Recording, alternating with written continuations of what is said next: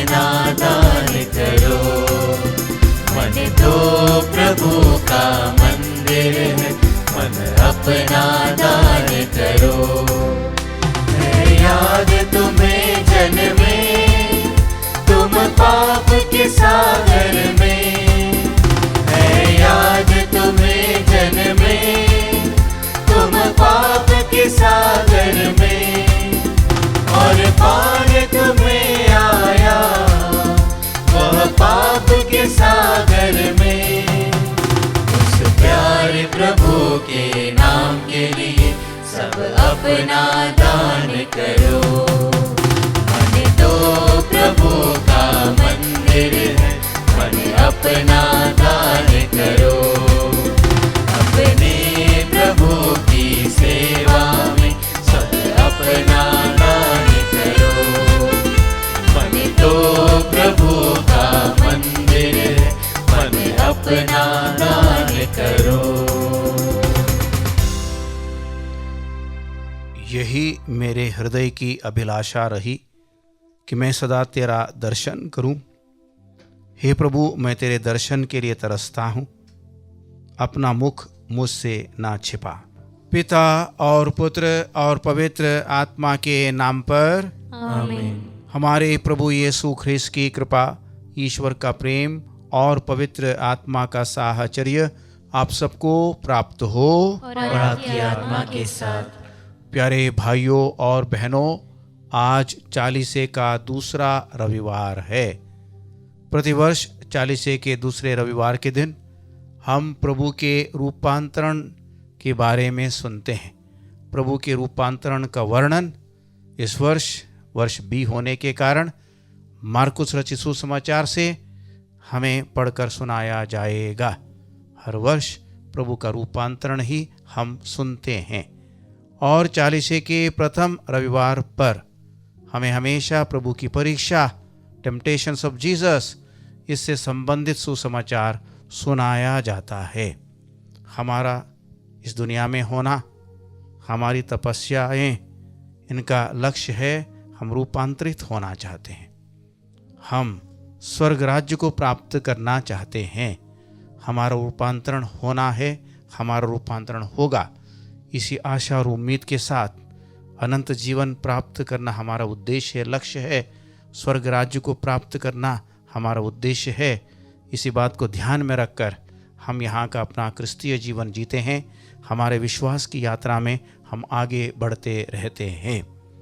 तो आइए हम अपने दिल की जांच करें कि हम रूपांतरित होने के लिए तैयार हैं, प्रभु के बनने के लिए तैयार हैं, प्रभु के होने के लिए तैयार हैं।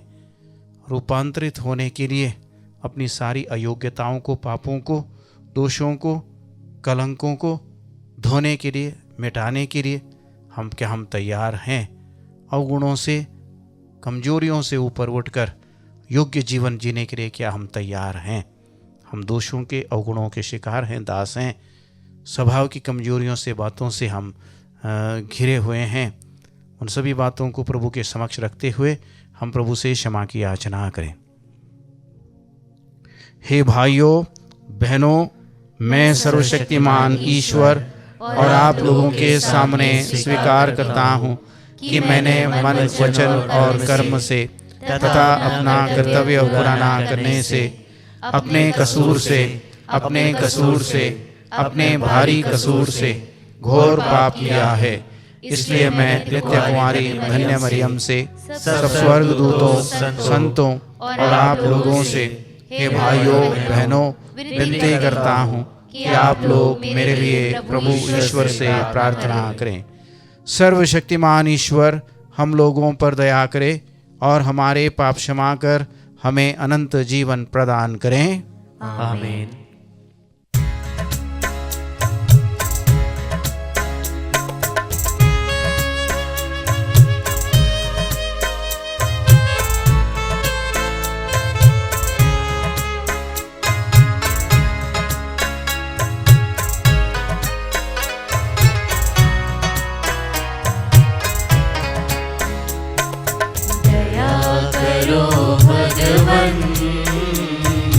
दया करो भगवन, करो भगवन, दया करो भगवन, दया करो हे कृष्ण प्रभुवन, दया करो हे कृष्ण प्रभुवन, दया करो हे कृष्ण प्रभुवन, दया करो भगवन, दया करो भगवन, दया करो भगवन, दया करो भगवन। हम प्रार्थना करें। हे ईश्वर, तूने हमें आदेश दिया है कि हम तेरे प्रिय पुत्र की शिक्षा पर ध्यान दें। तेरा वचन हमारी अंतरात्मा का भोजन बने, हमारा अंतःकरण स्वच्छ हो जाए और हम तेरी महिमा के दर्शन से आनंद मनाएं। हम यह प्रार्थना करते हैं अपने प्रभु तेरे पुत्र यीशु ख्रीस्त के द्वारा, जो तेरे तथा पवित्र आत्मा के संग ईश्वर होकर युगान युग जीते और राज्य करते हैं। आमीन।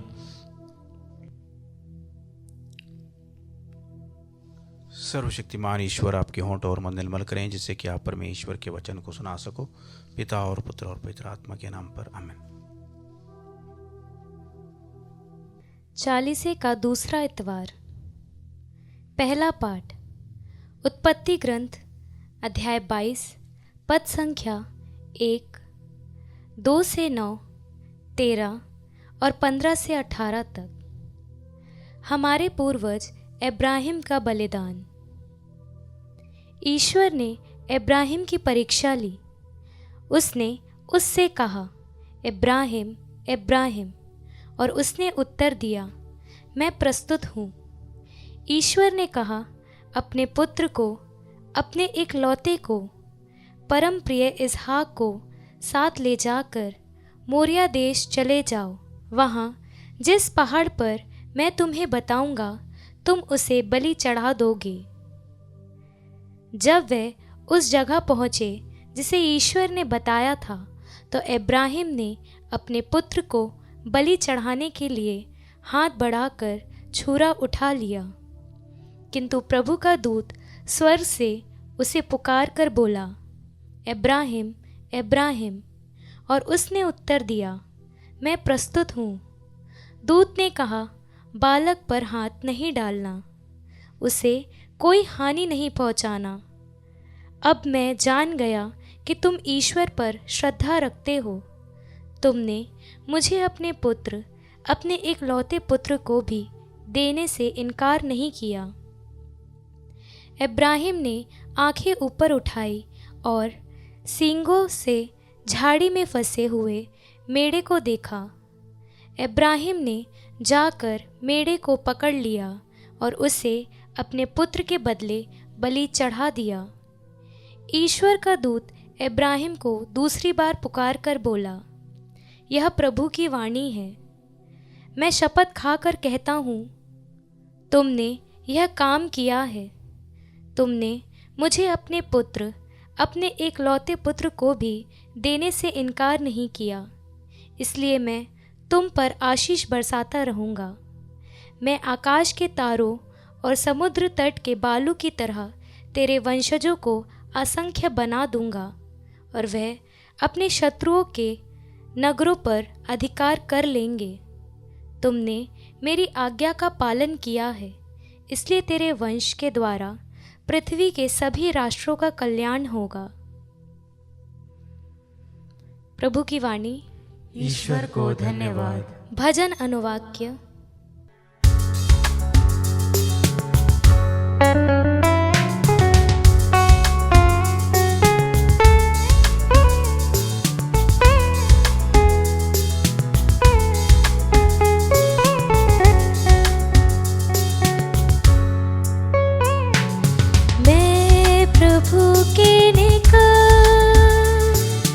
जीवितों के देश में टहलता रहूं।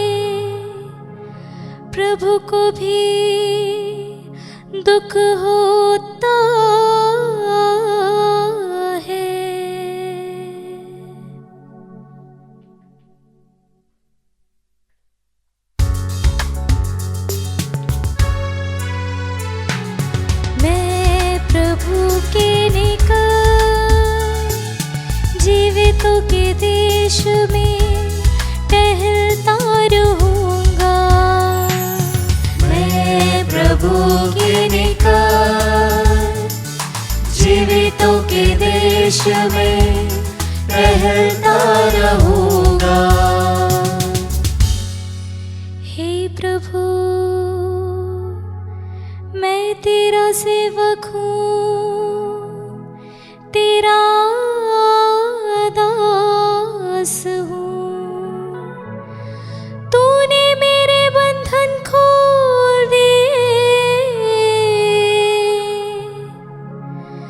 मैं प्रभु का नाम लेते हुए तुझे धन्यवाद का बलिदान चढ़ाऊंगा।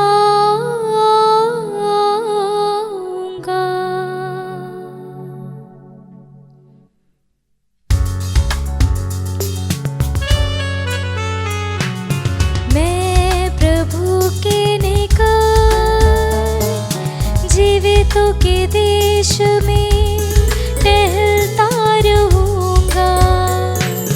मैं प्रभु के निकट जीवितों के देश में टहलता रहूंगा। हे यरूशलेम, मैं तेरे मध्य में ईश्वर के मंदिर के आंगन में प्रभु की सारी प्रजा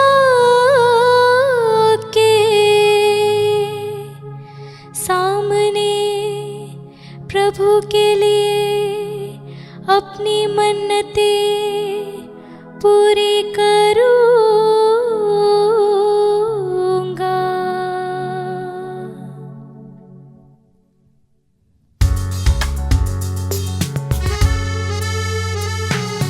मैं प्रभु के निकट जीवितों के देश में टहलता रहूंगा। मैं प्रभु के निकट जीवितों के देश में टहलता रहूंगा। जीवितों के देश में टहलता रहूंगा। जीवितों के देश में टहलता रहूंगा।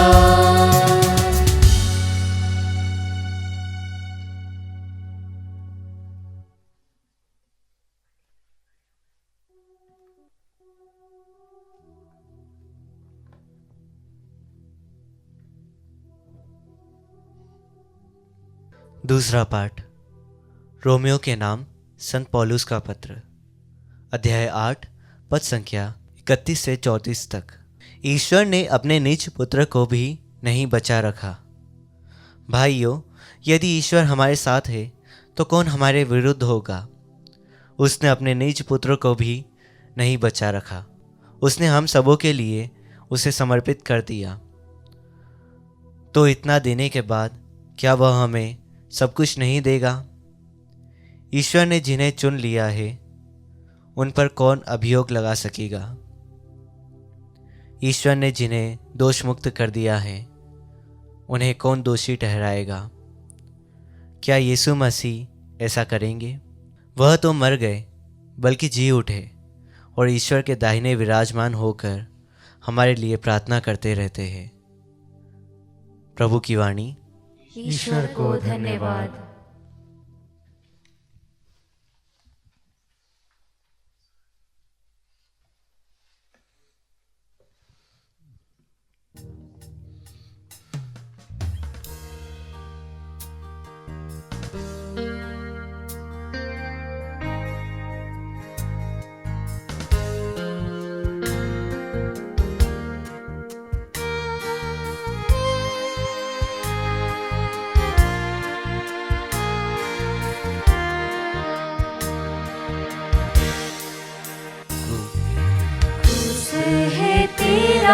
निशान आगे बढ़े जवान, पीछे न हटना कभी।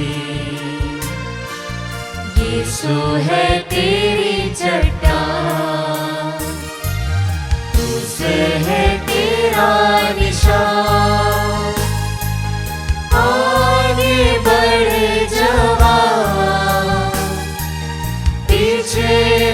हटना कभी। यीशु है तेरी चट्टान।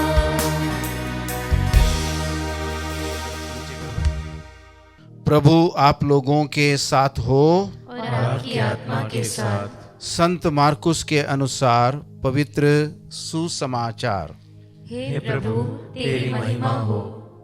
यीशु ने पेतरुस, याकूब और योहन को अपने साथ ले लिया और वह उन्हें एक ऊंचे पहाड़ पर एकांत में ले चले। उनके सामने ही यीशु का रूपांतरण हो गया। उनके वस्त्र ऐसे चमकीले और उजले हो गए कि दुनिया का कोई धोबी उन्हें इतना उजला नहीं कर सकता। शिष्यों को एलियस और मूसा दिखाई दिए। वे यीशु के साथ बातचीत कर रहे थे। उस समय पेतरुस ने यीशु से कहा, गुरुवर, यहां होना हमारे लिए कितना अच्छा है। हम 3 तंबू खड़ा कर दें, एक आपके लिए, एक मूसा और एक एलियस के लिए। उसकी समझ में नहीं आ रहा था कि वह क्या कहे, क्योंकि वे बहुत ही डर गए थे। तब एक बादल आकर उन पर छा गया और उस बादल में से यह वाणी सुनाई दी, यह मेरा प्रिय पुत्र है, इसकी सुनो। इसके तुरंत बाद जब शिष्य अपने चारों ओर दृष्टि दौड़ाने लगे तो उन्हें यीशु के सिवा और कोई नहीं दिखाई दिया। यीशु ने पहाड़ पर से उतरते समय उन्हें यह आदेश दिया कि जब तक मानव पुत्र मृतकों में से ना जी उठे, तब तक तुम लोगों ने जो देखा है इसकी चर्चा किसी से भी नहीं करना। उन्होंने यीशु की यह बात मान ली, परंतु वे आपस में विचार विमर्श करते थे कि मृतकों में से जी उठने का क्या अर्थ हो सकता है। प्रभु का सुसमाचार। हे क्रिस्त तेरी स्तुति हो। ख्रिस्त में प्यारे भाइयों और बहनों, जैसा कि मैंने आप लोगों को मिस्सा के आरंभ में कहा कि 40 का दूसरा रविवार हमेशा हमारे समक्ष यीशु का रूपांतरण, ट्रांसफिगरेशन ऑफ जीसस, इससे संबंधित वर्णन हमारे समक्ष कलीसिया रखती है। हम कलीसिया में यीशु के रूपांतरण का पर्व भी मनाते हैं। प्रतिवर्ष 6 अगस्त को यीशु के रूपांतरण का पर्व भी मनाया जाता है।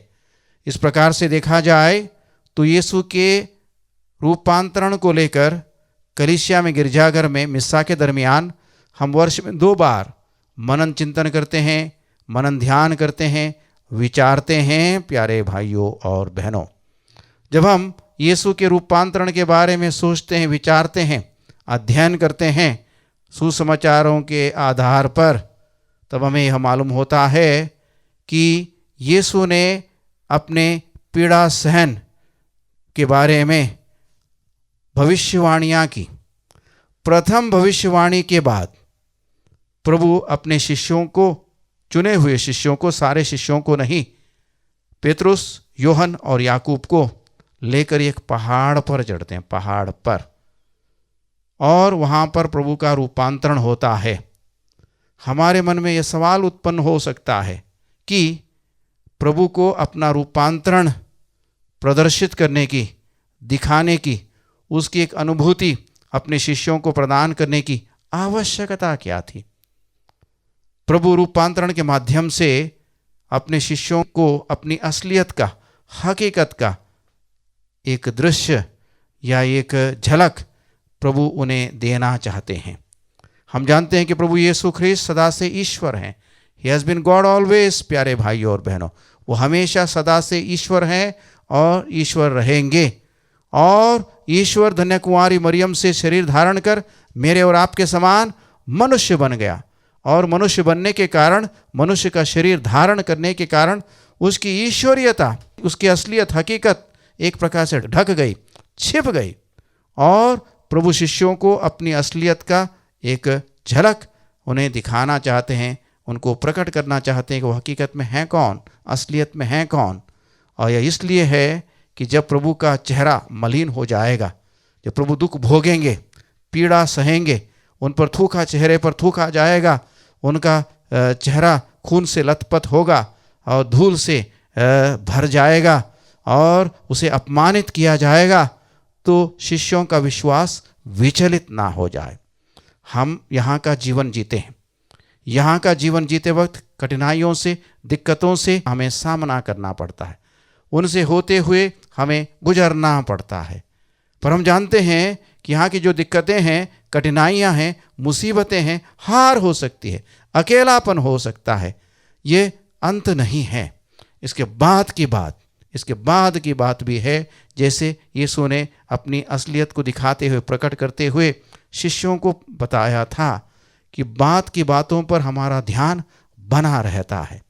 बात की बातों पर ध्यान बने रहने के कारण यहाँ की दिक्कतों से, कठिनाइयों से पार होने में हमें कोई परेशानी नहीं है। दुख जरूर होता है, परेशानी जरूर होती है, पर बात की बातों की आशा, उम्मीद, भरोसा हमें क्या है, यहाँ की बातों से निकलकर आगे बढ़ने के लिए हिम्मत, साहस प्यारे भाइयों और बहनों प्रदान करती है। तो देखिए कि प्रभु के बारे में संत पौलुस हमें बताते हैं। अब हमें आईने में धुंधला सा दिखाई दे रहा, धुंधला सा, स्पष्ट नहीं। तब हम क्या है, आमने सामने देखेंगे, जैसा है वैसा देखेंगे। संत यूहन भी हमें इसी बात को कहता है। तब हम ईश्वर को, प्रभु यीशु को जैसा है वैसा देखेंगे। अब नहीं, अब धुंधला सा है, अब धुंधलेपन के सहारे से ही हमें जीना होगा। पर हकीकत, वास्तविकता से हम तब वाकिफ़ होंगे, उसका अनुभव हमें तब मिलेगा जब हम यहाँ के जीवन से पार हो चुके होंगे। तब हम जैसा है वैसा देखेंगे, तब हम आमने सामने देखेंगे। आराधना के समय में गीत गाते हैं, देख ना पाती आँख जिसे, दर्शाता विश्वास उसे करके हम बोलते हैं। आँख देख नहीं सकती, आँख को दिखता नहीं है, आँख देखने में योग्य नहीं है, आँख की सीमाएं होती हैं। पर विश्वास, आँख जो देख नहीं सकती, उसे विश्वास दिखाता है, और विश्वास दिखाने के कारण हम यहाँ के जीवन में आगे बढ़ते ही प्यारे भाइयों और बहनों रहते हैं।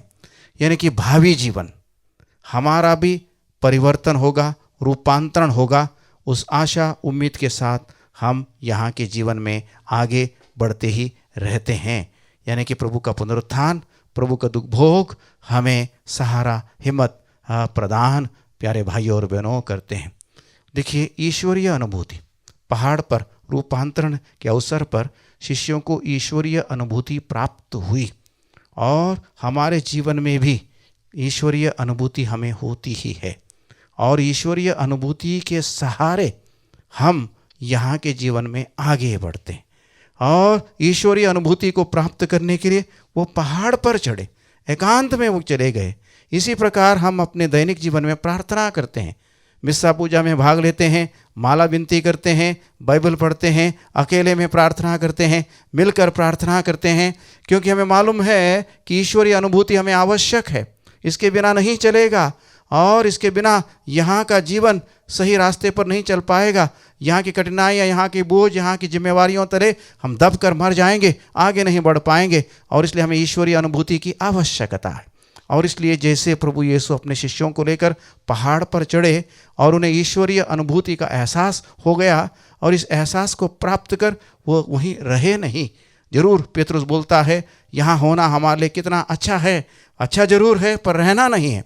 प्रभु की आदेशानुसार, शिक्षानुसार, निर्देशानुसार वहाँ रहना नहीं है, उतरना है, नीचे आना है। हकीकत में दुनिया में हमें आना है। तो इसी प्रकार हम प्रार्थना करते हैं और दुनिया में हम फिर से प्रवेश करते हैं। दुनियाई बातों को, जिम्मेवारियों को हम निभाते जाते हैं, योग्यता से, पूर्णता से हम निभाते जाते हैं। पर इस अनुभव को हम शाश्वत बनाते हैं। यह अनुभव शाश्वत होता है यहाँ से हम चले जाने के बाद, मृत्यु के बाद ही। और यहाँ पर जो भी ईश्वरीय अनुभूति, स्वर्गीय अनुभूति हमें होती है, वो क्षणिक है, और क्षणिक से ही हमें प्रसन्न होना है, और उसी के सहारे, उसी के बल पर हमें यहाँ के जीवन को योग्यता से प्यारे भाइयों और बहनों जीना है। यहाँ के कष्ट, यहाँ के दुख, यहाँ की तकलीफ़ें हमें बंधक बना के रख नहीं सकती, यह हमें मार नहीं सकती, हमारा विनाश नहीं कर सकती, और इससे हम ऊपर उठकर हम आगे बढ़ते ही रहते हैं। यीशु के रूपांतरण के अवसर पर दो व्यक्ति दिखाई दिए, मूसा और एलियस। मूसा और एलियस यानी कि संहिता और नबी, यानी कि संपूर्ण पुराना व्यवस्थान, क्योंकि प्रभु यीशु ख्रिस्त पुराने व्यवस्थान की पूर्णता है।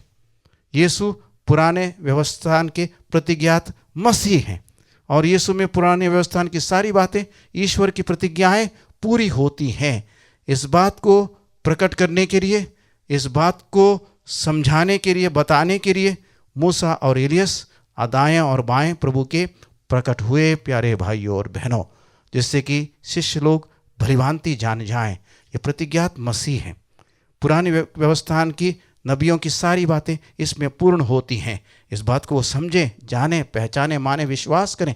इसीलिए मूसा और एलियस दिखाई देते हैं।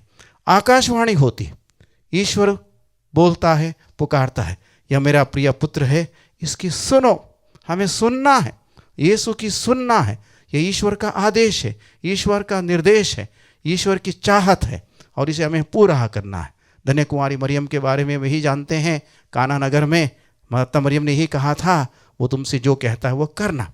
यदि वो तुमसे जो कहता है वो तुम करोगे, तुम्हारा कल्याण हो जाएगा। ये तुमसे जो कहता है वो करोगे तो तुम्हारा कल्याण हो जाएगा।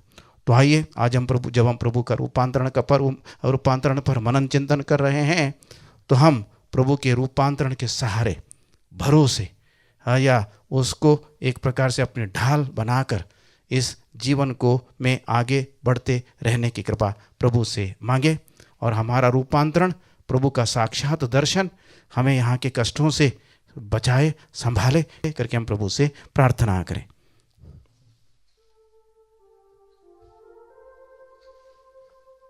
मैं स्वर्ग और पृथ्वी के सृष्टिकर्ता, सर्वशक्तिमान पिता ईश्वर और उसके एकलौते पुत्र अपने प्रभु यीशु ख्रिस्त में विश्वास करता हूँ, जो पवित्र आत्मा के द्वारा गर्भ में आया, कुंवारी मरियम से जन्मा, पोंतुस पिलातुस के समय दुख भोगा, क्रूस पर चढ़ाया गया, मर गया और दफनाया गया। वह अधोलोक में उतरा और तीसरे दिन मृतकों में से फिर जी उठा। वह स्वर्ग में आरोहित हुआ और सर्वशक्तिमान पिता ईश्वर के दाहिने विराजमान है। वहाँ से वह जीवितों और मृतकों का न्याय करने आएगा। मैं पवित्र आत्मा, पवित्र ख्यातिक कलीसिया, धर्मियों की सहभागिता, पापों की क्षमा, देह के पुनरुत्थान और अनंत जीवन में विश्वास करता हूँ। आमीन। प्रिय भाई बहनों, इब्राहिम के समान ईश्वर हमारी परीक्षा ले सकता है, लेकिन वह हमारा साथ कभी नहीं छोड़ेगा। इब्राहिम का अपने पुत्र को बलि चढ़ाने के लिए तैयार होना ईश्वर के प्रति उसकी निष्ठा को प्रमाणित करता है। रूपांतरण के समय यीशु ने अपने पिता की उपस्थिति का अनुभव प्राप्त किया। इसी विश्वास के साथ हम अपनी आवश्यकताओं को ईश्वर को चढ़ाएं और कहें, हे पिता हमारी प्रार्थना सुन। हे पिता हमारी प्रार्थना सुन। ईश्वर पर विश्वास और भरोसा करना एक अगुवा के आवश्यक गुण हैं। कलीसिया का नेतृत्व करने वाले हमारे संत पिता, सभी धर्माध्यक्षों एवं पुरोहितों का विश्वास यीशु ख्रिस्त में गहरा हो, इसके लिए हम ईश्वर से प्रार्थना करते हैं। हे पिता हमारी प्रार्थना सुन। संपूर्णता का जीवन ईश्वर की महिमा है। जो लोग कठिनाइयों एवं विभिन्न प्रकार के इम्तिहानों से गुजरते हैं, वे ईश्वर से अपने विश्वास को न खोएं। इसके लिए हम ईश्वर से प्रार्थना करते हैं। हे पिता हमारी प्रार्थना सुन। बच्चे माता पिता की खुशी और आशा के आधार हैं।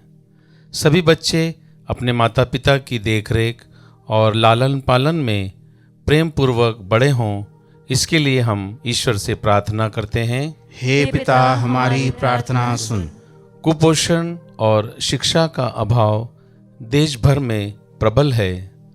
सभी बच्चों को बेसिक शिक्षा मिले और वे अपने जीवन को सुंदर बना सके, इसके लिए हम पिता ईश्वर से प्रार्थना करते हैं। हे पिता हमारी प्रार्थना सुन। हम अपने निजी मतलबों के लिए, आवश्यकताओं के लिए प्रार्थना करें, अपनी व्यक्तिगत, पारिवारिक, अन्य लोगों को लेकर या दुनिया, समाज, राष्ट्र को लेकर हमारे मन में जो भी विचार हों, बातें हों, योजनाएं हों, आवश्यकताएं हों, सपने हों, उन सबों को प्रभु के समक्ष रखकर हम प्रार्थना करें। हे प्रेमी पिता, हम यह जान गए हैं कि हम चाहे कोई भी बुरा काम या पाप करें तो अंत तक सदैव हमारे साथ देता रहता है। हमें तुम्हारी मधुर वाणी सुनाई देती है कि तुम लोग मेरे प्रिय बच्चे हो। हमें ऐसी कृपा दे ताकि हम तुझसे कभी अलग ना हों और तेरे मार्ग से कभी ना भटकें। हम यह प्रार्थना करते हैं प्रभु क्रिस्त के द्वारा, आमीन।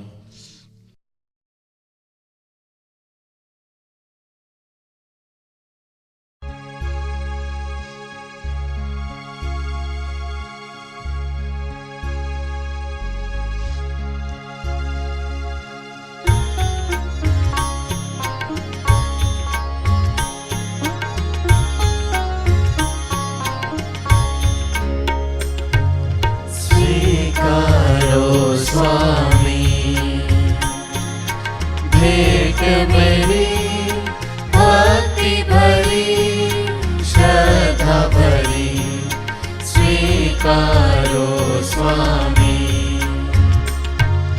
रोटी दाग रस हम लेके आए हैं तुझको चढ़ाने। जीवन में आशा है तेरे प्यार की हमें, सुख आए तेरे दर्शन में। स्वीकारो स्वामी। भेंट मेरी भक्ति भरी श्रद्धा भरी स्वीकारो स्वामी। भाइयों और बहनों, प्रार्थना कीजिए कि सर्वशक्तिमान पिता ईश्वर मेरा और आप लोगों का बलिदान स्वीकार करे।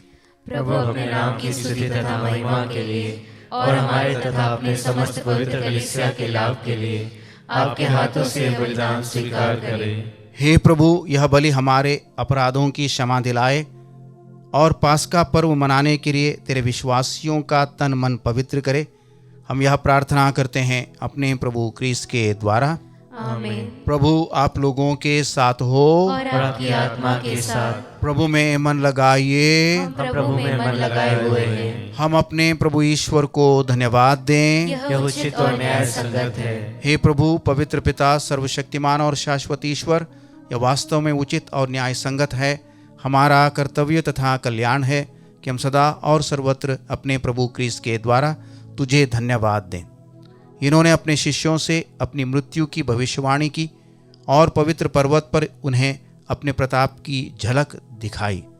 इस भांति इन्होंने स्पष्ट कर दिया कि दुखभोग द्वारा ही पुनरुत्थान की महिमा प्राप्त होती है। इस सच्चाई का साक्ष्य संहिता और नबी भी देते हैं। इसीलिए स्वर्गिक शक्तियों के साथ मिलकर हम पृथ्वी पर निरंतर तेरी आराधना करते और तेरे प्रताप के सम्मुख अनंत काल तक घोषित करते हैं,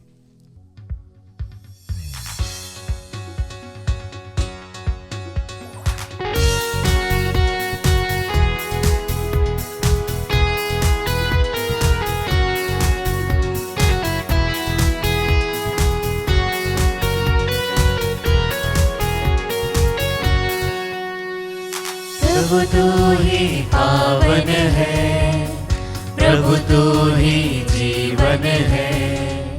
प्रभु तू ही पावन है, प्रभु तू ही जीवन है। सर्वशक्तिमान परमेश्वर का तू है इकलौता। होसाना होसाना होसाना होसाना होसाना होसाना होसाना होसाना। महिमा उसकी न्यारी है, महिमा उसकी प्यारी है, महिमा उसकी न्यारी है, महिमा उसकी प्यारी है। दूतों के संग हम मिलकर सब गाए होसाना होसाना होसाना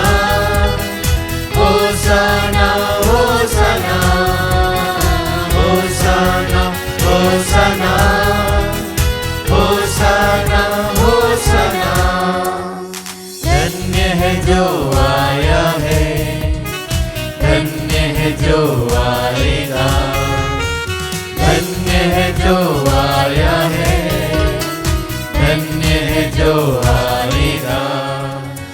ऊंचे स्वरों से मिलकर हम गाए होसाना, होसाना, होसाना, होसाना, होसाना, होसाना, होसाना, होसाना, होसाना। हे प्रभु, तू वास्तव में पवित्र है, सारी पवित्रता का स्रोत है। हम तुझसे प्रार्थना करते हैं, तू इन उपहारों को अपने आत्मा के संस्पर्श से पवित्र कर दे, कि हमारे प्रभु यीशु ख्रिस्त के शरीर तथा रक्त बन जाएं। जब वे स्वेच्छा से मृत्यु के लिए सौंपे गए, उन्होंने रोटी ली, तुझे धन्यवाद दिया और रोटी तोड़कर उसे अपने शिष्यों को देते हुए कहा, तुम सब इसे लो और इसमें से खाओ, क्योंकि यह मेरा शरीर है जो तुम्हारे लिए बलि चढ़ाया जाएगा। हे मेरे प्रभु, हे मेरे ईश्वर।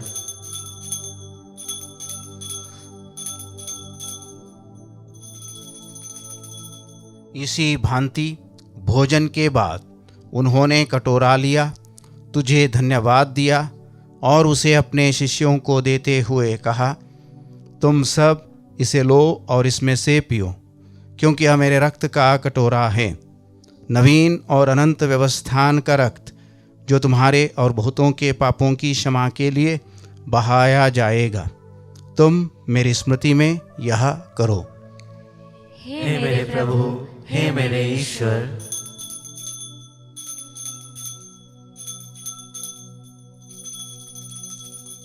विश्वास का रहस्य। हे प्रभु, जब हम यह रोटी खाते और यह कटोरा पीते हैं, तेरे पुनरागमन तक तेरी मृत्यु की घोषणा करते हैं। इसलिए हे प्रभु, हम ख्रिस्त की मृत्यु और पुनरुत्थान की स्मृति में तुझे जीवन की रोटी और मुक्ति का कटोरा चढ़ाते हैं। हम तुझे धन्यवाद देते हैं कि तूने हमें अपने सम्मुख उपस्थित होने और अपनी सेवा करने का सौभाग्य प्रदान किया है। हमारा नम्र निवेदन है कि हम सब ख्रिस्त का शरीर और रक्त ग्रहण करके पवित्र आत्मा के द्वारा एकता के सूत्र में बंधे रहें। हे प्रभु, हमारे संत पिता फ्रांसिस, हमारे धर्माध्यक्ष चाको और सभी याजकों के साथ विश्व भर में फैली अपनी कलीसिया की सुधिले तथा इसे प्रेम में सिद्ध बना दे। हमारे उन भाई बहनों की भी सुधिले जो पुनरुत्थान की आशा में परलोक धार चुके हैं, उन्हें और सभी मृतकों को अपने दर्शन का सौभाग्य प्रदान कर। हम सब पर दया दृष्टि डाल कि हम भी अनंत जीवन के सहभागी बने और ईश्वर की माता धन्य कुंवारी मरियम, उनके वर धन्य जोसेफ, धन्य प्रेरितों तथा सब संतों के साथ जो युग युग में तेरे प्रति विश्वस्त बने रहें, तेरी स्तुति और महिमा कर सकें तेरे पुत्र यीशु ख्रिस्त के द्वारा। इन्हीं प्रभु ख्रिस्त के द्वारा, इन्हीं के साथ और इन्हीं में, हे सर्वशक्तिमान पिता ईश्वर, पवित्र आत्मा के साथ सारा गौरव तथा सम्मान युगानुयुग तेरा ही है। आमीन, आमीन, आमीन।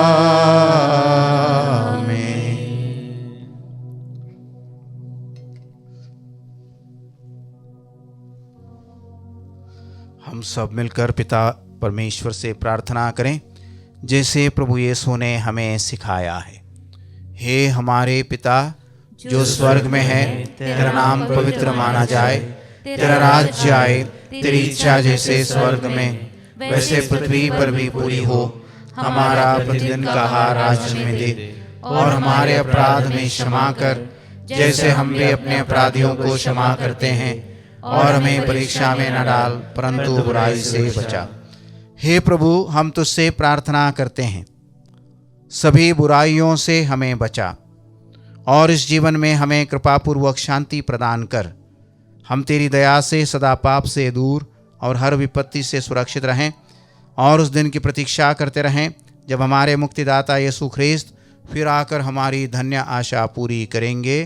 क्योंकि तेरा राज्य, तेरा सामर्थ्य और तेरी महिमा अनंत काल तक बनी रहती है। हे प्रभु यीशु ख्रिस्त, तूने अपने प्रेरितों से कहा है, मैं तुम्हारे लिए शांति छोड़ जाता हूँ, अपनी शांति तुम्हें प्रदान करता हूँ।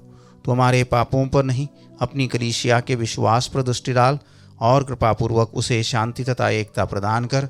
तू युगानुयुग जीता और राज्य करता है। आमीन। प्रभु की शांति सदा आप लोगों के साथ हो और आपकी आत्मा के साथ। परस्पर शांति अभिवादन कीजिए।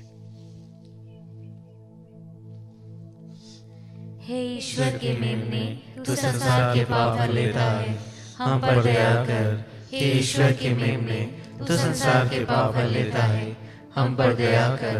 हे ईश्वर के मेमने, तू संसार के पाप हर लेता है, हमें शांति प्रदान कर।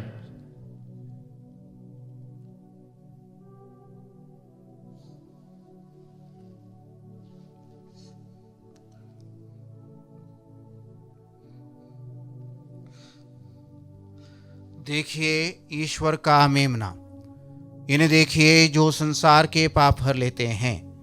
धन्य हैं वे जो मेमने के भोज में बुलाए गए हैं। हे प्रभु, मैं इस योग्य नहीं हूँ कि तू मेरे यहाँ आए, किंतु एक ही शब्द कह दे और मेरी आत्मा चंगी हो जाएगी।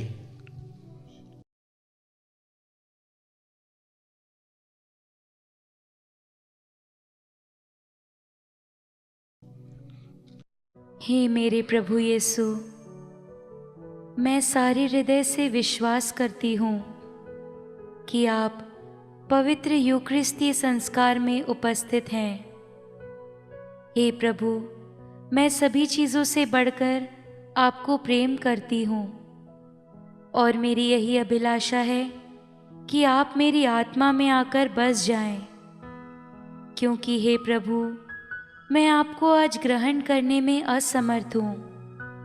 हे प्रभु, आध्यात्मिक रूप से आकर मेरे हृदय में समा जाइए। हे यीशु, मैं आज आप में एक होना चाहती हूँ और आप में समा जाना चाहती हूँ। हे प्रभु, यह कभी ना होने पाए कि मैं आपसे कभी अलग हो जाऊं। आमीन। यह मेरा प्रिय पुत्र है, मैं इस पर अत्यंत प्रसन्न हूँ, इसकी सुनो। हम प्रार्थना करें। हे प्रभु, हमने दिव्य संस्कार ग्रहण किया है। हम तुझे धन्यवाद देते हैं क्योंकि तू इस पृथ्वी पर हमें स्वर्गिक वस्तुओं का सहभागी बनाता है, हमारे प्रभु क्रिस्त के द्वारा। आमीन। प्रभु आप लोगों के साथ हो और आपकी आत्मा के साथ। सर्वशक्तिमान ईश्वर पिता और पुत्र और पवित्र आत्मा आपको आशीर्वाद प्रदान करें। आमीन। आप लोग विदा लें। मिस्सा संपन्न हुआ। ईश्वर को धन्यवाद।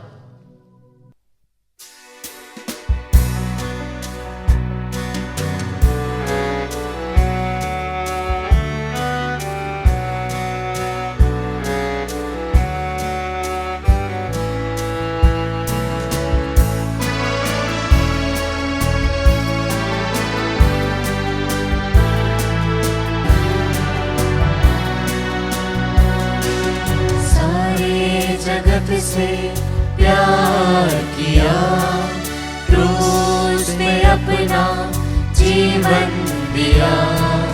मेरा प्रभु, मेरा प्रभु, मेरा प्रभु मुक्तिदाता। सारे जगत से प्यार किया, दिल में अंधेरा रहा,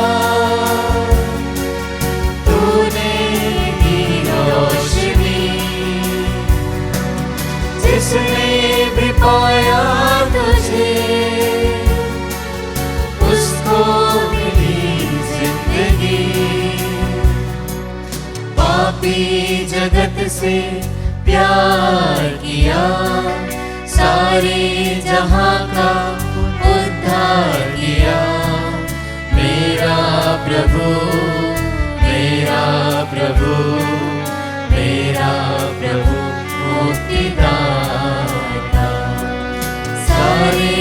जगत से प्यार किया।